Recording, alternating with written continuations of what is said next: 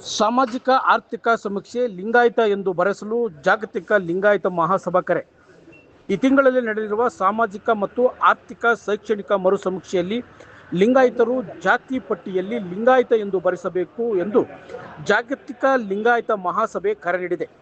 ಸುದ್ದಿಗೋಷ್ಠಿಯಲ್ಲಿ ಮಾತನಾಡಿದ ಜಾಗತಿಕ ಲಿಂಗಾಯತ ಮಹಾಸಭಾದ ಅಧ್ಯಕ್ಷ ಎಸ್.ಎಂ. ಜಾಮದಾರ್, ಅಖಿಲ ಭಾರತ ವೀರಶೈವ ಮಹಾಸಭಾ ನಡೆಸಿದ ಪತ್ರಿಕಾಗೋಷ್ಠಿಯಲ್ಲಿ ಅವರು ಸ್ಪಷ್ಟವಾಗಿ ಹೇಳಿದ್ದೇನೆಂದರೆ, ಲಿಂಗಾಯತರು ಹಿಂದೂಗಳಲ್ಲ. ಆದ್ದರಿಂದ ಜನಗಣತಿಯ ಧರ್ಮದ ಕಾಲಂನಲ್ಲಿ ಎಲ್ಲ ಲಿಂಗಾಯತರು ಹಿಂದೂ ಎಂದು ಬರೆಸಬಾರದು. ಅವರ ಹೇಳಿಕೆಯನ್ನು ನಾವೆಲ್ಲರೂ ತುಂಬು ಹೃದಯದಿಂದ ಸ್ವಾಗತಿಸುತ್ತೇವೆ. ಈ ಮೂಲಕ ಅಖಿಲ ಭಾರತ ವೀರಶೈವ ಮಹಾಸಭೆಯು ಈಗ ತನ್ನ 121 ವರ್ಷಗಳ ಹಿಂದಿನ ನಿರ್ಣಯವನ್ನು ಬದಲಿಸಿದ್ದಕ್ಕಾಗಿ ಅವರನ್ನು ನಾವು ಹಾರ್ದಿಕವಾಗಿ ಅಭಿನಂದಿಸುವುದಾಗಿ ತಿಳಿಸಿದರು. ಧರ್ಮದ ಕಾಲಂನಲ್ಲಿ ವೀರಶೈವ ಲಿಂಗಾಯತ ಎಂದು ಬರೆಸಬೇಕು ಎನ್ನುವ ಅವರ ಸೂಚನೆಯನ್ನು ನಾವ್ಯಾರೂ ಬೆಂಬಲಿಸುವುದಿಲ್ಲ. ಅದರ ಬದಲಾಗಿ ಎಲ್ಲ ಲಿಂಗಾಯತರು ಧರ್ಮದ ಕಾಲಂನಲ್ಲಿ ಕೇವಲ ಲಿಂಗಾಯತ ಎಂದು ಬರೆಸಬೇಕು. ನಮ್ಮ ಧರ್ಮ ಲಿಂಗಾಯತ, ಅದರಲ್ಲಿ 101 ಜಾತಿಗಳಿವೆ. ಅವುಗಳಲ್ಲಿ ವೀರಶೈವವೂ ಒಂದು ಜಾತಿ. ಲಿಂಗಾಯತರಲ್ಲಿ ವೀರಶೈವ ಇದೆ, ವೀರಶೈವರಲ್ಲಿ ಲಿಂಗಾಯತ ಇಲ್ಲ. ಧರ್ಮವು ಜಾತಿಗಿಂತ ದೊಡ್ಡದು. ವೀರಶೈವ ಲಿಂಗಾಯತ ಎಂಬುದಕ್ಕೆ ನಾವು ವಿರೋಧಿಸುತ್ತಿರುವುದಾಗಿ ಹೇಳಿದರು. ಜಾತಿ ಗಣತಿ ಈಗಾಗಲೇ ಸೆಪ್ಟೆಂಬರ್ ತಿಂಗಳಲ್ಲಿ ಆರಂಭಗೊಳ್ತಾ ಇದೆ. ಅದ್ರ ಸಂಬಂಧ ತಾವು ಪತ್ರಿಕಾಗೋಷ್ಠಿ ಕರೆದ್ರಿ ಸರ್, ಏನು ಸರ್? ಈ ಜಾತಿ ಗಣತಿಯ ಪ್ರಾರಂಭದಲ್ಲಿ ನಾವೆಲ್ಲರೂ ಸಹಕಾರ ತೋರಬೇಕಂತ ಸಾರ್ವಜನಿಕರಲ್ಲಿ ಕೇಳೋದು ಒಂದು ಉದ್ದೇಶ. ಅದಕ್ಕೆ ಸಹಾಯ ಸಹಕಾರ ನೀಡಬೇಕು ಅನ್ನೋದು ಮೊದಲನೇ ಉದ್ದೇಶ. ಎರಡನೇದು, ಆ ಜಾತಿ ಜನಗಣತಿಯಲ್ಲಿ ಮುಖ್ಯವಾದಂಥ ಒಂದು 104 ಸಂಗತಿಗಳಿವೆ. ಅದ್ರ ಬಗ್ಗೆ ನಾವು ಇವತ್ತು ಮೀಟಿಂಗ್ ಕರೆದಿದ್ದೀವಿ. ಮೊದಲನೇದು ಏನು ಅಂದರೆ, ತಮಗೆ ಗೊತ್ತಿದೆ ಈಗಾಗಲೇ ಅಖಿಲ ಭಾರತ ವೀರಶೈವ ಲಿಂಗಾಯತ ಮಹಾಸಭೆಯವರು ಒಂದು ವಾರದ ಹಿಂದೆ ಒಂದು ಪತ್ರಿಕಾಗೋಷ್ಠಿಯನ್ನು ಕರೆದು ತಮ್ಮ ನಿಲುವನ್ನು ಸ್ಪಷ್ಟಪಡಿಸಿದ್ದಾರೆ. ಅವರ ನಿಲುವಿನಲ್ಲಿ 2 ಬಿಂದುಗಳು ಭಾಳ ಮಹತ್ವದ್ದಿದೆ. ಅದ್ರ ಬಗ್ಗೆ ನಾನು ನಮ್ಮ ಒಂದು ನಿಲುವನ್ನು ಅವರಿಗೆ ತಿಳಿಸ್ಬಯಸ್ತೇನೆ, ನಿಮಗೂ ತಿಳಿಸ್ಬಯಸ್ತೇನೆ, ಸಾರ್ವಜನಿಕರು ತಿಳಿಸ್ಬರ್ತೇನೆ, ಸಂಪೂರ್ಣ ಲಿಂಗಾಯತ ಸಮುದಾಯಕ್ಕೂ ಕೂಡ ನಾನು ತಿಳಿಸ್ಬಯಸ್ತೇನೆ. ಮೊದಲನೇದೇನು ಅಂದರೆ, ಅವರು ಹೇಳಿದ್ದಾರೆ ಲಿಂಗಾಯತರು ಹಿಂದೂಗಳಲ್ಲ, ಆದ್ದರಿಂದ ತಮ್ಮ ಜನಗಣತಿ ಕಾಲದಲ್ಲಿ ಹಿಂದೂ ಎಂದು ಬರೆಸಬಾರದು ಅನ್ನುವಂಥ ನಿಲುವನ್ನು ಸ್ಪಷ್ಟಪಡಿಸಿದ್ದಾರೆ. ನಿಮಗೆಲ್ಲ ಗೊತ್ತದು. ಇದಕ್ಕೆ ನಮ್ಮ ಸಹಮತಿ ಇದೆ, 100ಕ್ಕೆ 100ರಷ್ಟು ಸಹಮತಿ ಇದೆ. ಈ ನಿರ್ಧಾರ ಭಾಳ ಮಹತ್ವದ್ದು ನಮ್ಮ ದೃಷ್ಟಿಯಿಂದ. ಯಾಕೆ ಮಹತ್ವದ್ದು ಅಂದರೆ, ಇದೇ ಮಹಾಸಭಾ, ಅಖಿಲ ಭಾರತ ವೀರಶೈವ ಮಹಾಸಭಾ, ಇದು ಸ್ಥಾಪನೆ ಆಗಿದ್ದು 1924ರಲ್ಲಿ, 121 ವರ್ಷಗಳ ಮೊದಲು. ಅವರ ತಮ್ಮ ಮೊದಲನೆಯ ಅಧಿವೇಶನದಲ್ಲಿ ಅವರು ಒಂದು ನಿರ್ಣಯ ಮಾಡಿದರು. ಏನಂದರೆ, ಲಿಂಗಾಯತರು ಹಿಂದೂಗಳು, ಲಿಂಗಾಯತರು ವೇದಶಾಸ್ತ್ರ ಪುರಾಣಗಳನ್ನು ಒಪ್ಪುತ್ತಾರೆ, ಮನ್ನಿಸುತ್ತಾರೆ, ಆಚರಿಸುತ್ತಾರೆ ಅಂತ ಕೂಡ ಹೇಳಿದರು.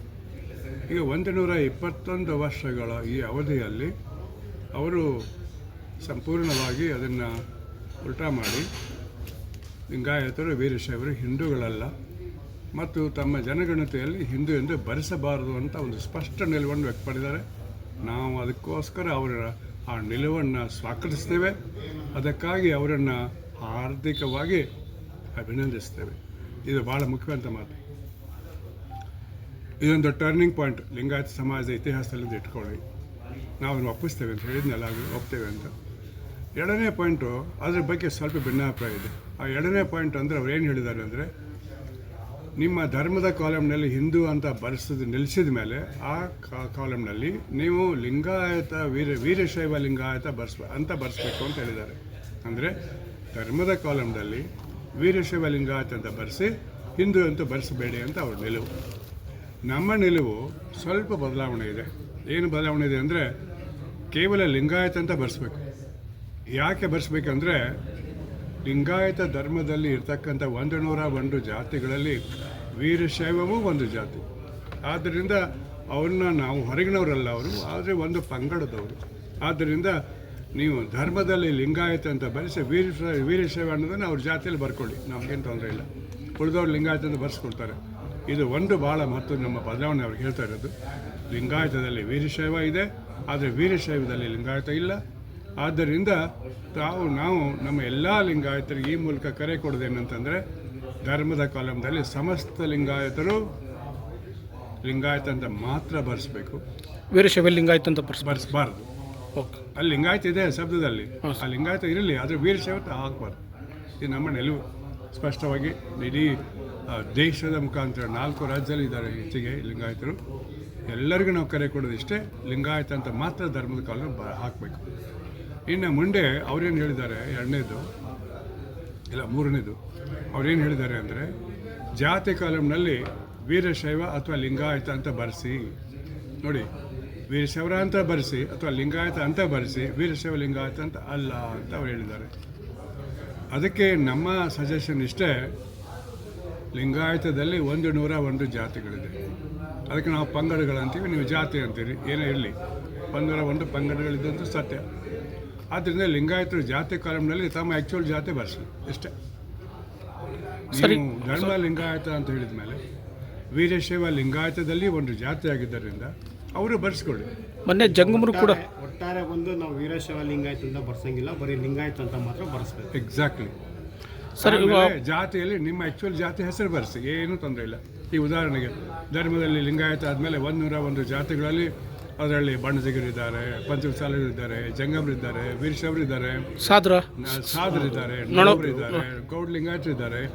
ಆ ನಂತರ ಬೇರೆ ಈಗ ನೇಕಾರರಿದ್ದಾರೆ, ಹಟಗಾರರಿದ್ದಾರೆ, ಕುರುಬರಿದ್ದಾರೆ, ಗಾಣಿಗರಿದ್ದಾರೆ, ರೆಡ್ಡಿಗಳಿದ್ದಾರೆ, ತಮ್ಮಡಿಗಳಿದ್ದಾರೆ. ಇವರೆಲ್ಲರೂ ಲಿಂಗಾಯತ. ಅಕ್ಕಸಾಲಿಗರಿದ್ದಾರೆ, ಬಡಗರಿದ್ದಾರೆ, ಕಂಬಾರಿದ್ದಾರೆ. ಅಷ್ಟೇ ಅಲ್ಲದೆ ಸಮಗಾರಿದ್ದಾರೆ, ಕುಂಚಟ್ಟಿಗರಿದ್ದಾರೆ, ನೇಕಾರರು ಇದ್ದಾರೆ ಅಂತ ಆಗಲೇ ಹೇಳಿದೆ. ಹಟಗಾರನ್ ಅಂದರೆ ನೇಕಾರರು, ಶಿವಶಿಂಪಿ ಇದ್ದಾರೆ, ನೊಣಬ ಅಂತಲೂ ಇದೆ. ಹೀಗೆ 101 ಜಾತಿಗಳವರು ತಮ್ಮ ಹೆಸರನ್ನ ಜಾತಿಗಳನ್ನು ಬರ್ಸಿದ್ರೆ ಸಾಕು. ವೀರಶೈವ ಲಿಂಗಾಯತ ಅಂತ ಹೆಸರು ಬರ್ಸಿರಿ, ಏನು ಪ್ರಾಬ್ಲಮ್ ಅಂತಂದರೆ, ಇದು ಬಹಳ ದೊಡ್ಡ ಪ್ರಶ್ನೆನ ಈಗ ಸಣ್ಣದಾಗಿ ನನಗೆ ಹೇಳೋದು ಕಷ್ಟ. ಆದರೂ ನಾನು ಹೇಳ್ತೇನೆ, ಈಗ ನಿಮಗೆ ಅನೆಕ್ಷರ ಪಾಯಿ ಕೊಟ್ಟಿದ್ದೀವಿ, ದಯವಿಟ್ಟು ಅದನ್ನು ನೋಡ್ಕೊಳ್ಳಿ. ಅವು ಎರಡು ಡಿಫ್ರೆನ್ಸ್ ನಾನು ಹೇಳಿದ್ದೀನಿ. ಇಲ್ಲಿ ಏನದು ಅಂತಂದರೆ, ಸೈದ್ಧಾಂತಿಕವಾಗಿ ಮೂಲಭೂತ ಡಿಫ್ರೆನ್ಸಸ್ ಇದೆ. ಏನು ಮೂಲಭೂತ ಅಂದರೆ, ಲಿಂಗಾಯತರು ಏನು ಹೇಳ್ತಾರೆ, ಇವೆಲ್ಲ 101 ಜಾತಿಗಳಲ್ಲಿ ಒಂದು ಬಿಟ್ಬಿಟ್ರೆ, ವೀರಶೈವರು ಬಿಟ್ಟರೆ ಉಳಿದಂಥ 100 ಜಾತಿಗಳ ಲಿಂಗಾಯತ ಏನು ಹೇಳ್ತಾರೆ, ಬಸವಣ್ಣ ಲಿಂಗಾಯತ ಧರ್ಮದ ಸಂಸ್ಥಾಪಕ. ವೀರಶೈವರು ಪಂಚಪೀಠದಿಂದ ಒಪ್ಕೊಳ್ಳೋದಿಲ್ಲ. ಅವರೇನು ಹೇಳ್ತಾರೆ, ವೀರಶೈವದ ಸಂಸ್ಥಾಪಕರು ಪಂಚಾಚಾರ್ಯರು ಅಂತ.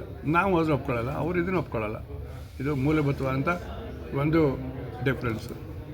ಎರಡನೇದೇನು, ವೀರಶೈವರು ಹೇಳ್ತಾರೆ, ಪಂಚಾಚಾರ್ಯ ಹೇಳ್ತಾರೆ, ನಮ್ಮ ಧರ್ಮ ಗ್ರಂಥ ಸಿದ್ಧಾಂತ ಶಿಖಾಮಣಿ.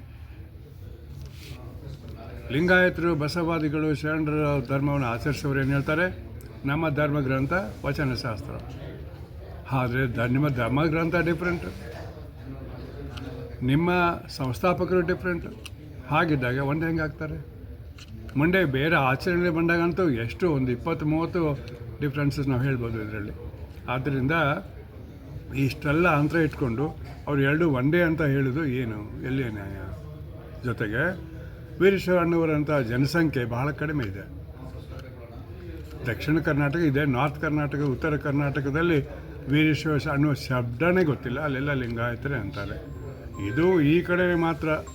ಮೈಸೂರು ರಾಜ್ಯದ ಹಿಂದಿನ 8 ಜಿಲ್ಲೆಗಳಲ್ಲಿ ಈ ಸಮಸ್ಯೆ ಇದೆ ಸ್ವಲ್ಪ ಮಟ್ಟಿಗೆ. ಅದರಲ್ಲಿ ಕೂಡ ಭಾಳ ಮಂದಿ ಈಗ ಬುದ್ಧಿವಂತರು, ಓದು ಬರಬಲ್ಲವರು ತಿಳ್ಕೊಂಡಿದ್ದಾರೆ, ಅವರು ಲಿಂಗಾಯತದಿಂದ ಬಳಸ್ತಾರೆ. ಅದು ಬಿಟ್ಟು ಏನು ಸಾಂಪ್ರದಾಯಿಸಿದಂಥ ಸ್ವಲ್ಪ ಹಿಂದುಳಿದ ಜನ ಇವತ್ತು ವೀರಶೈವ ನಿಂತಿದ್ದಾರೆ. ಅದು ಸರಿಯೋ ತಪ್ಪ ಅವ್ರಿಗೆ ಬಿಟ್ಕೊಟ್ಟು ಮಾತು. ನಾವು ಹೇಳೋದು ಇವೆಲ್ಲ ಫಂಡಮೆಂಟಲ್ ಡಿಫ್ರೆನ್ಸಸ್ ಇದೆ. ಆದ್ದರಿಂದ ನಾವು ಸೈದ್ಧಾಂತಿಕವಾಗಿ ಇದಕ್ಕೆ ಎಂದೂ ಕೂಡಲಾರದಂಥ ಒಂದು ಸಮಸ್ಯೆ ಇದೆ. ಇವತ್ತಿಂದ ಅಲ್ಲ, ಅದು 300-400 ವರ್ಷದಿಂದ ಇದೆ. ಅದಕ್ಕೆ ಸರಿಯಾದ ಉತ್ತರ ಇನ್ನೂ ಸಿಕ್ಕಿಲ್ಲ. ಅದನ್ನು ರಾಜಕೀಯವಾಗಿ ಒಂದು ಕೊಡ್ಸೋಕ್ಕೆ ಬರೋದಿಲ್ಲ. ರಾಜಕೀಯ ಉದ್ದೇಶಕ್ಕಾಗಿ, ಮತಗಳನ್ನು ಗಳಿಸೋದಕ್ಕಾಗಲಿ, ಎಲೆಕ್ಷನ್ ಗೆದ್ದೋದಕ್ಕಾಗಲಿ ಅವರಿಬ್ಬರು ಕೂಡಿರಬೇಕನ್ನುವಂಥ ಉದ್ದೇಶನೇ ಬೇರೆ. ಅದಕ್ಕೆ ನಮ್ಮ ಅಭ್ಯಂತರ ಇಲ್ಲ. ಆದರೆ ಅದು ನಮಗೆ ಸಂಬಂಧಿಸಿಲ್ಲ. ನಾವು ಸೈದ್ಧಾಂತಿಕವಾಗಿ, ಧಾರ್ಮಿಕವಾಗಿ, ಸಾಮಾಜಿಕವಾಗಿ, ಸಾಂಸ್ಕೃತಿಕವಾಗಿ ಮಾತಾಡ್ತಾ ಇದ್ದೀವಿ ಹೊರತು ರಾಜಕೀಯವಾಗಿ ಅಲ್ಲ. ಸರ್, ಈಗ ಮೊನ್ನೆ ಜಂಗಮರು ಹೇಳಿದ್ರೆ ವೀರಶೈವ ಜಂಗಮ ಅಂತ ಹೇಳಿ ಬರ್ಸ್ಬೇಕು. ನೀವು ಲಿಂಗಾಯತ ಜಂಗಮ ಅಂತ ಹೇಳಿ ಬರ್ಸ್ಬೋದು ಅಂತ ಹೇಳಿ ಮಾಹಿತಿ ಕೊಡ್ತಾರೆ ಅದ್ರ ಮಾಡಬಾರ್ದು ಅಂತೇಳಿ ಅವ್ರು ಕೂಡ ಹೇಳಿ. ಅವರ ಹಕ್ಕು, ಅವರ ಹೇಳಿಕೆ, ಅವರಿಗೆ ಸ್ವಾತಂತ್ರ್ಯ ಇದೆ.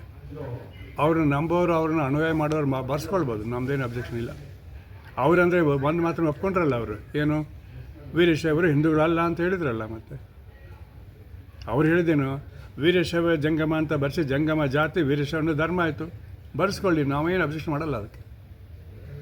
ಅವರು ಧರ್ಮ ಆಚರಿಸಲಿಕ್ಕೆ ಹಕ್ಕಿದೆ, ಆ ಹಕ್ಕನ್ನು ನಾವು ಯಾರು ಕಸ್ಕೊಳ್ಳೋದಿಲ್ಲ, ಅವ್ರು ಮಾಡ್ಕೊಳ್ಬೋದು. ಸಿದ್ಧಾಂತ ಶ್ರೀ ನಮ್ಮ ಧರ್ಮಕ್ಕಂತ ಹೇಳ್ಕೊಳ್ಳಿ, ನಮಗೇನು ತೊಂದರೆ ಇಲ್ಲ. ಪಂಚಾಚಾರ್ಯ ನಮ್ಮ ಧರ್ಮ ಸ್ಥಾಪಕ ಅವರು ಹೇಳ್ಕೊಳ್ಳಿ, ನಾವು ಹೇಳಲ್ಲ. ಅವರೇ ಲಿಂಗಾಯತರು, ಲಿಂಗಾಯತ ಮೇಲೆ ಬರಬೇಡಿ, ಲಿಂಗಾಯತ ಸೇರಿಸ್ಬೇಡಿ, ನೀವು ಹೇಳ್ಕೊಳ್ಳಿ, ನಿಮ್ಗೆ ಹಕ್ಕಿದೆ, ನಾವು ಅದನ್ನ ಅಪೋಸ್ ಮಾಡಲ್ಲ. Thank you sir. ಮತ್ತೆ